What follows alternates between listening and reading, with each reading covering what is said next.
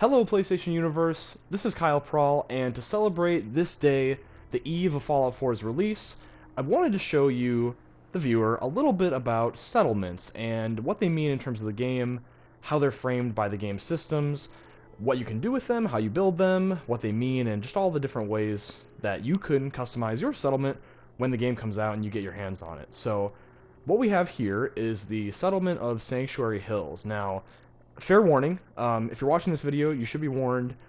I don't particularly think this is a spoilery thing to see, and I'm not going to tell you anything that happens in the story. I'm not going to explain who characters are, why they're here, what exactly is going on.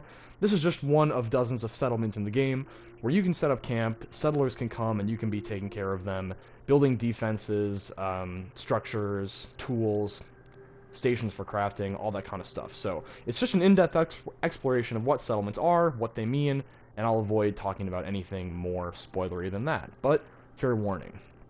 So this is the settlement of Sanctuary Hills, and this is the product of many, many hours of my hard work, my toil, my emotional investment, my material investment. I've probably spent just as many hours building this settlement as I have playing the game itself here in the pre-release period. So I'll walk through my settlement. I'll kind of explain what some of my thinking was behind these structures, and also, you know, what goes into it, what's required to build these things, how much time it took me, my thoughts about the system in general. Is it tough? Is it easy? What's going on with that? Alongside this video, please be sure to watch Senior Editor Neil Balt's review, or excuse me, read Senior Editor Neil Balt's review of Fallout 4 on our site. That is our main Fallout 4 push, right? We want you to know how the game is. We want you to know our score of the game and our decisive thoughts, and this is a compliment to that. So, my feeling with the fort was, let's set up defenses, right? In the fiction in my mind, in the roleplay in my mind, I want to make sure that when this fort comes under assault by raiders, when it comes under assault by super mutants, there is no stone unturned in terms of, are there open spaces they can enter? Is every gap covered? Are my people protected, right? It's all about the people. It's all about their safety. So, as you approach up the main road, we see that we've got the gates. Classic structural element with a guard post flanking the gate, so we can keep an eye on things. We'll go and explore that a little bit.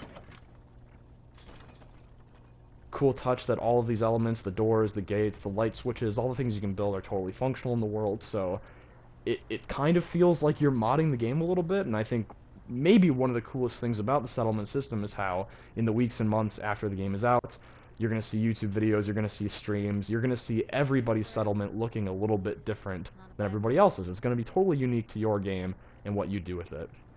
Again, like I said, we've got the guard post here. What's interesting about the guard posts and other elements that we'll explore, now what I'm going to do now is bring up the workshop menu so we can examine this a little more closely. This is the build screen, right? So I can come over here to the guard post, I can highlight it, interact with it. This is one of a type of structure that you can assign your settlers to. So you see this NPC, she's standing at the guard post, she's looking out over the road. That's because I told her to stand here more or less all the time. You know, she'll go about and do other activities, but generally speaking, she'll do the job that I've assigned to her. So yeah, you can examine all the elements that you've built. You can see that much of what's here was not here originally. Anything that lights up green is something that I've built. Everything from the steel walls that form a huge barrier along this path, to the railings of the second level, the house, the windmill that's providing power, this generator. All of this is things that I've built, whereas this house, this kind of bombed out, the remnants of this house is not something that I built. But that doesn't mean there aren't useful things in here. You know, I can scrap this couch, you know? I now have 2 wood and 5 cloth that I can use to build other things. I have placed some mattresses here. You gotta have enough beds for your people, or else their happiness will start to fall. So let's walk through a little bit more. Another guard post here. This is kind of meant to be my main entrance into the fortress proper. A bell that we can use to summon everybody to one place. And I'm gonna leave the workshop menu for now. Well, actually, let's stay in here a little bit and kind of walk through what this looks like. So, like I said, this is the workshop menu. This is where all your building and constructing kind of takes place, and you're kind of doing it in real time in first-person mode, so it feels very natural in the sense that building your settlement doesn't feel very different from playing the game.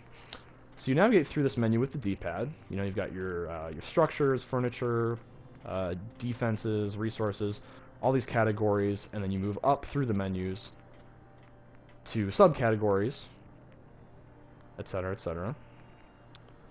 So something basic like these steel walls you'll find under structures, metal, walls, and then you'll have your whole run-of-the-mill to pick from. You can rotate with L2 and R2.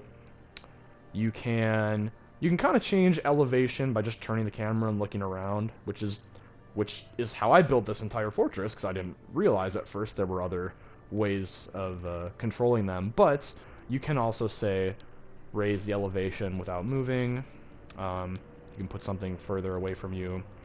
And things of a like type will often connect together. So let's see here. An easy example might be this doorway, right? Place that right there. And we can build, let's see, not that wall, because I don't have enough steel for it. Or any of these walls. I'm a little poorer than I thought. What are these roof pieces? What's something that we can attach here? Maybe a wooden wall. There you go. So a lot of the times these things will sort of intelligently stick together to make your building a little bit easier. And you can finagle with it if you're really going for like a curved edge or some other kind of unorthodox structure that the game, you know, isn't really wanting to let you build. I find that 90% of the time you can get the idea that you're going for, and without having to fight too much. So I'll scrap these to kind of recover a few of the materials back. Alright, so we'll leave the workshop menu for now.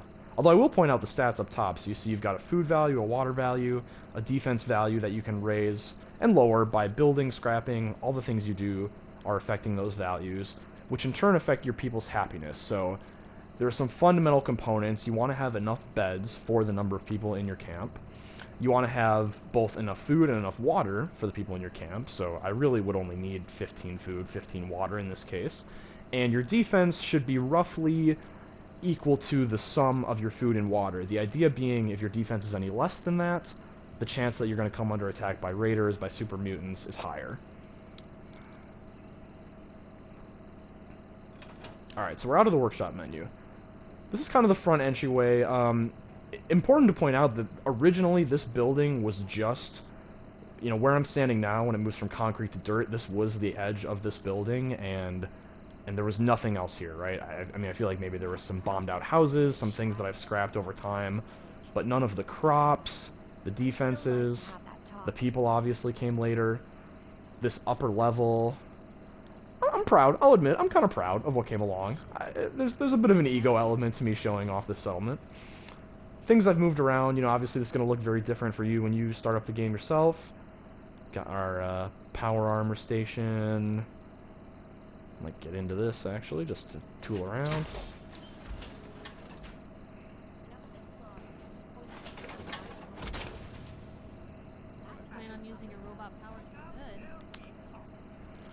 So let's check this out, right? We've got some wooden platforms here. Again, my whole thing was like, do you need all this stuff? No. I mean, do you need to have this be closely emulating what an actual settlement is going to look like? You know, is it comfortable for people to walk around? Does the layout make sense? Obviously, none of that's necessary, but there's totally a vanity component to this. You can be as involved in the building process or as uninvolved and, you know, loose about it as you want to be. Let's get out of the power armor. It's a little bit slower than just walking around.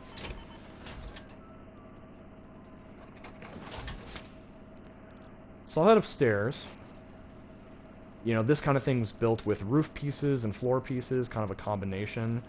And the game intelligently allowed me to extend some pieces outward from the existing rooftop, which you can just barely see the fragment of right there where my reticle is. And everything else out here, of course, being custom built. Some of the crucial elements, though, again, you've got the guard post, like we had at the camp's entrance. Things like spotlights and turrets will increase your defense rating.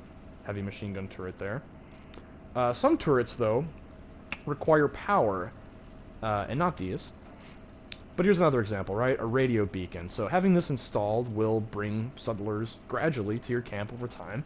The idea being they can tune into the radio and and they hear that there's a settlement available for them, safety and security. But this and many other things need power, so what you're going to want to do early and often is build these generators, which aren't cheap. They cost some interesting materials like copper that are a little harder to find, and then run copper wires from the generator to your objects that need power. So we've got a wire running directly from the generator to the radio beacon, because it requires 1 power unit, while the generator produces 5 total. You can also use connectors and switches to bring power to other places without having to build a ton of generators all over the place. So right here with this power pylon, there we go, I can run a wire from the generator to that, and then I'll run around to the other side here, from that power pylon to the spotlight, you know, kind of reaching over the building. Similarly, I've got this large generator giving 10 power units hooked up to this huge pylon that's running power to my laser turret over there, across the rooftop, back toward my crops. You can see the wire coming across there to more turrets I have on the back side of my crop field guarding the south entrance. Crops, like guard posts, you can assign people to, and that's necessary. You know, your food value is actually dependent on how many people are working on your crops at any given time.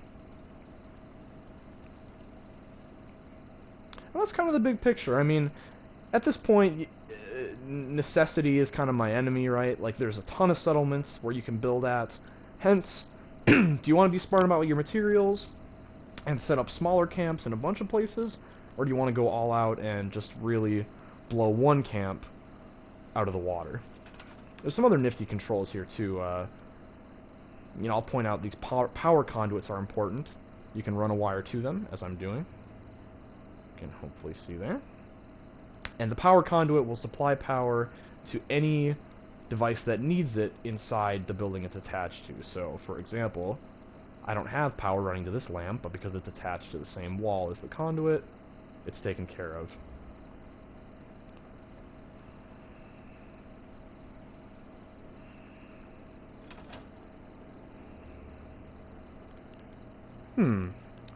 I was about to say that similarly I have a power conduit here giving power to my light bulbs inside the house, but turn the flashlight on, it does not seem to be doing so. So I must have installed something that diverted some of that power. I'll have to look into that. So in essence, this is kind of the settlement system. I mean, what you see here is a highly customized version of it. At a lot of settlements, you'll find that traders, like Trash Can Carla here, will just hang out because they know that you're buying. And so it's convenient to have a trader who's pretty much always hanging out here, ready to help you out. What gave you the idea we're friends? And all of your construction abilities come from having this, the workshop. So any settlement out in the world where you find one of these, that means some way or another, whether you have to clear out enemies or get to a certain part of the story, that area is a place where you can build all of this.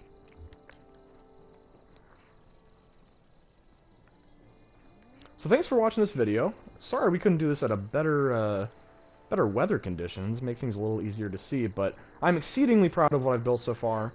I've got a lot more work to do on it though, and what's most exciting to me about this feature is going to be seeing what other people create and what people just do with this, what kind of ideas they run with. I know that Neil told me, Neil again, our reviewer of Fallout 4, that he set up a tunnel with strobe lights as an entrance to his camp, so I'd love to see that.